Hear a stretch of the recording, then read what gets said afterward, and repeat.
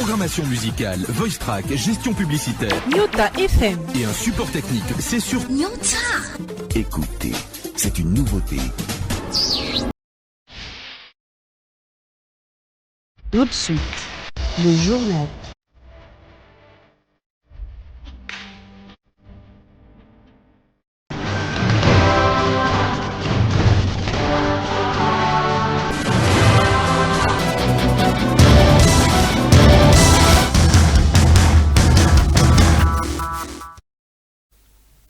Merci de nous rester fidèles et de nous avoir choisis pour vous informer. Mesdames et messieurs, bienvenue à vous tous à cette édition vespérale du journal. À la une de cette nouvelle session de nos informations, il est frappé d'une mesure disciplinaire. Le directeur général de l'Office congolais des contrôles est entre autres accusé d'être à la base d'un manque à gagner à l'entreprise. C'est le ministre du Commerce extérieur qui lui a infligé cette sanction. Et en sport, le coach Mamadou Lamine Ndiaye vient de quitter les Corbeaux du tout-puissant Mazembe Anglibert. Il a annoncé hier à Seboulin après la rencontre Mazembe-Sanga-Balende. Une fois de plus, mesdames et messieurs, bienvenue à cette édition du journal. Je venais de le dire au sommaire. Étienne Chimanga Mutombo, directeur général de l'Office congolais de contrôle, frappé par une mesure disciplinaire de la part du ministre du Commerce extérieur, Julien Paluku. Il lui est reproché plusieurs griefs, dont un système de fraude à travers l'instauration d'une administration informatique parallèle de gestion de contrôle des importations. Selon le rapport transmis à l'autorité ministérielle, le numéro 1 de l'OCC est également accusé d'être à la base d'un manque à gagner à l'entreprise et d'usage de faux. Dans un tout autre chapitre à présent, à Kabimba, le pillage systématique des M23 RDF a laissé la communauté exsangue des conteneurs éventrés. Il s'agit d'un pillage méthodique attribué aux rebelles du M23 sur une totalité des stocks de 30%. 30% auraient été pillés dans le site et dans un site et dans l'autre 25%. Suivez ces témoignages.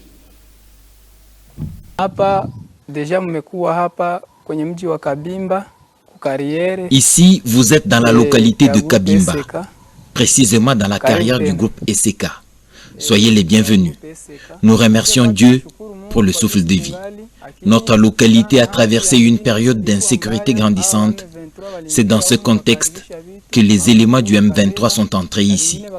Ils ont emporté des goudrons et endommagé d'autres matériels, comme vous pouvez le constater. En plus de cela, ils ont saccagé nos bureaux.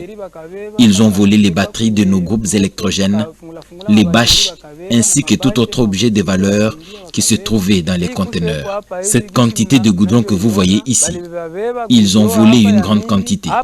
Sur les 100%, ils ont pillé au moins 30%.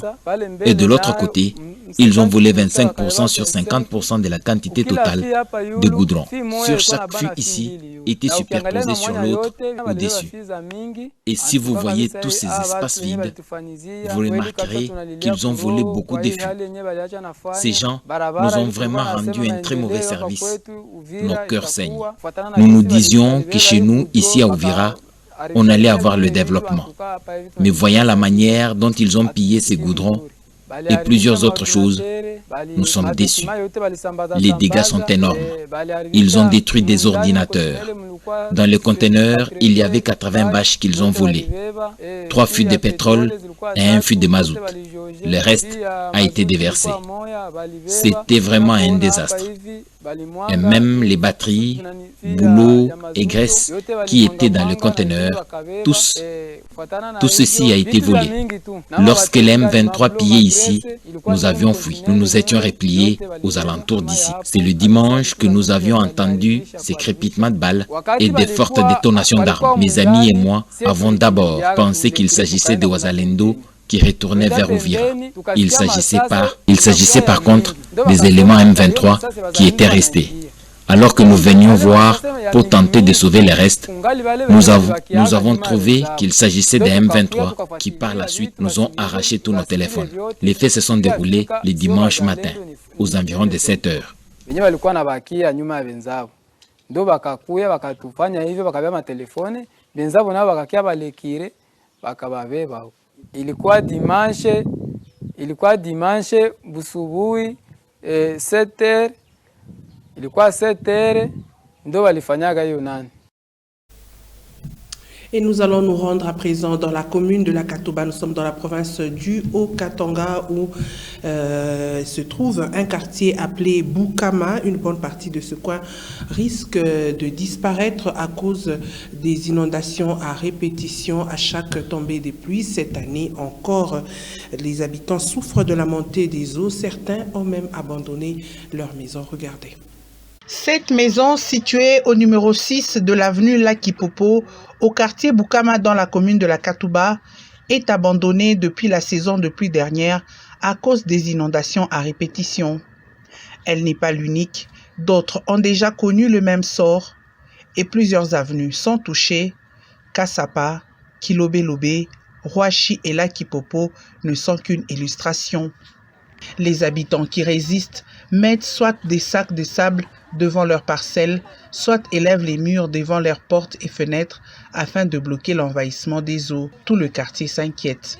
Mai na pita ngari nyumba bantu walikimeni mai banacha bintu bangobe après mai na pita tafuaje shiri nyumba tokimenda wapi na nyumba yetu hapa taona makuta kiloko tu tauza lako nyumba bwa shibano isha nyumba bana kimbe mai abota haba imbele chungeni manyumba hapo. Mai inapita, bantu banabandone manyumba, mui quartier, tu ni quartier moya bien. Mais manyumba ni ma 7,000, ma 6,000. Jole bantu beko nojisha, tunateswa mai. Kama batu, mvule nanza, tunapanisha batuto ilo amalata. Shi tunekala tu proteger ta bintu. Bintu bete biku na lobana. Atuna mnyumba ni kichi, ni nini. Biote bisha kuisha. Mvule kipiki, chamu mnyumba, mai kutuyaria. Atuna tala solution kufanya. Léontine Louena habite le quartier Boukama depuis plus de 30 ans. Elle donne les raisons de ces multiples inondations. Tracheka kwa kaloko. Trache ilikuwa munene. Sasa bale bengine banachofesha kumutoni. Bengine manyumba banachofesha kuma mpembeni ya mutoni. Sasa mutoni mzamani ilikuwa ni munene. Mai iko napita inaenda inafika kule chini. Sasa bakule chini bale bakumashamba na bo bale. Njoo wanaenda kufunga mai, njoo abo kurima. Mai nashinda kwa wewe kufanya nini kuingilili. Umu kama ningia ni Lakipopo ni vya kwenu mtashinda namna pake hivi niko mai inafika huko. Ni lufu. Et la rivière à laquelle ses habitants font allusion, c'est ce canal qui longe le quartier aujourd'hui. Il est réduit en profondeur par la boue, la poussée des herbes et tout type d'immondices. Tous plaident pour son assainissement régulier comme à l'époque. Akugala qui était dans service il est yani ni assainissement ya mena mai kuna déborder onesha donc mashiko kumbele hii quartier itakuwa inondé. Conséquence, presque toutes les maisons ont perdu leur forme initiale. Les unes s'enfoncent dans le sol, les autres ont complètement perdu leur beauté. Ce quartier, visiblement construit sur un terrain marécageux, risque à la longue non seulement de voir ses habitants l'abandonner, mais aussi disparaître, surtout si aucun effort d'assainissement n'est entrepris. Parlons santé, vous le savez, le mois de février, même celui de janvier, consacré à la sensibilisation contre le cancer du col de l'utérus. Une fois détecté tôt, ce type de cancer est facile à prévenir et même à guérir. Il est donc recommandé aux femmes de faire un dépistage tous les 5 ou 10 ans, et ce, à partir de l'âge de 30 ans. Chaque jour, sans le savoir, des milliers de femmes sont exposées au risque de cancer du col de l'utérus. Derrière ces chiffres, il y a des vies, des familles et des rêves interrompus. La bonne nouvelle, il existe une protection, une chance d'agir avant qu'il ne soit trop tard. La vaccination et le dépistage restent nos meilleurs alliés. L'Organisation mondiale de la santé recommande des doses du vaccin contre le papillomavirus humain pour toutes les filles âgées de 9 à 14 ans. Se faire vacciner, c'est se protéger aujourd'hui et pour l'avenir. On ne le dira jamais assez. Les vaccins sauvent des vies. Prenez soin de vous.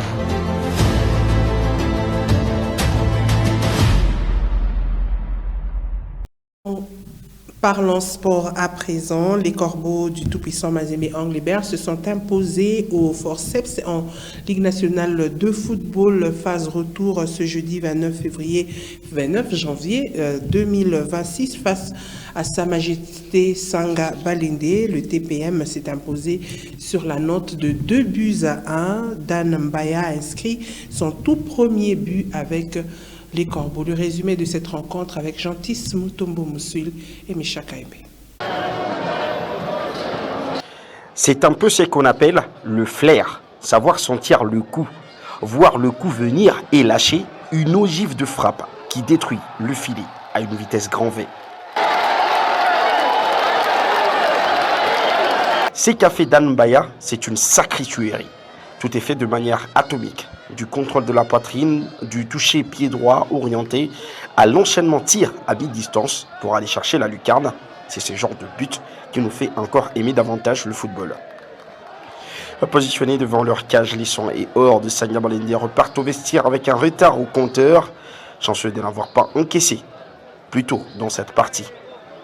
Ils peuvent dire un grand merci à leur gardien et au poteau d'avoir repoussé les tentatives de Patrick Mwangoulou.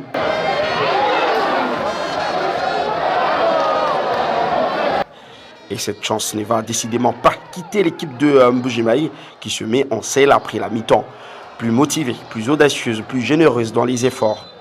Tout ça va être récompensé sur un ballon qui touche d'abord le montant droit. Le ballon revient sur Ali Gouni. En embuscade, le défenseur des Corbeaux marque contre son camp.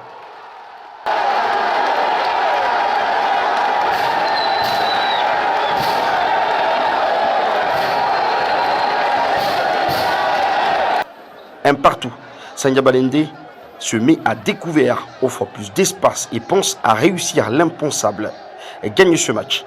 Une idée qui va très rapidement déchanter parce que les Corbeaux ont les joueurs qui adorent les matchs ouverts.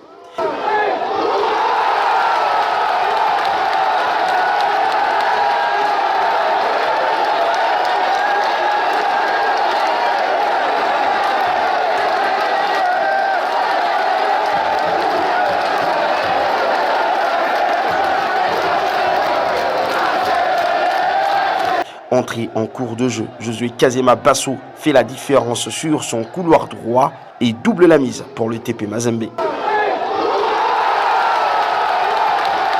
Dans la suite du match, les Corbeaux ne vont plus rien forcer et vont simplement se contenter de conserver l'avance de 2-1 de la maîtrise d'un adversaire qui voulait voir plus loin que le bout de son nez.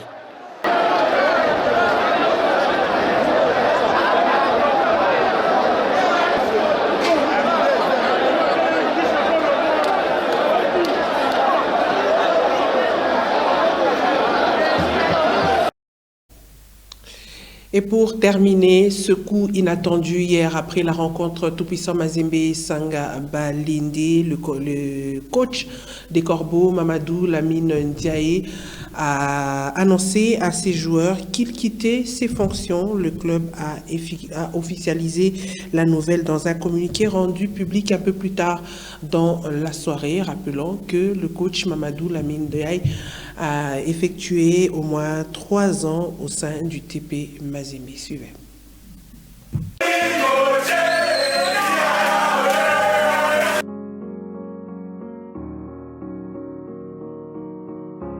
Il y a des belles histoires d'amour parfois qui prennent fin.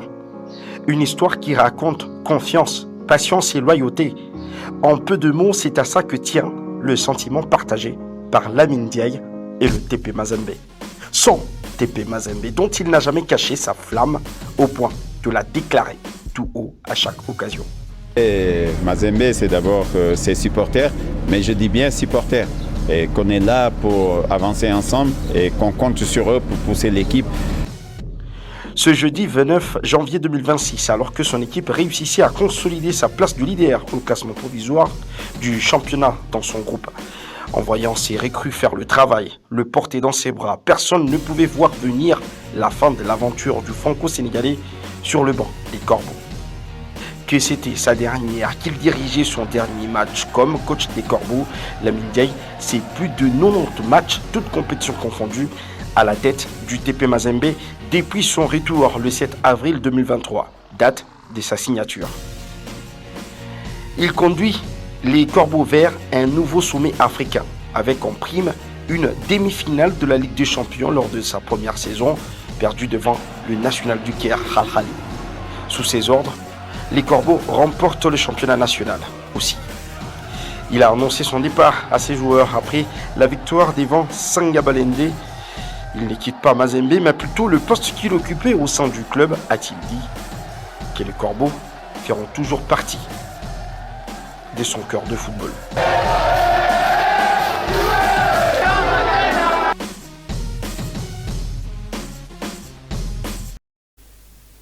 Et ça sera donc tout pour cette édition du journal. Merci, mesdames et messieurs, de nous avoir suivis. Restez en compagnie de nos programmes. Au revoir.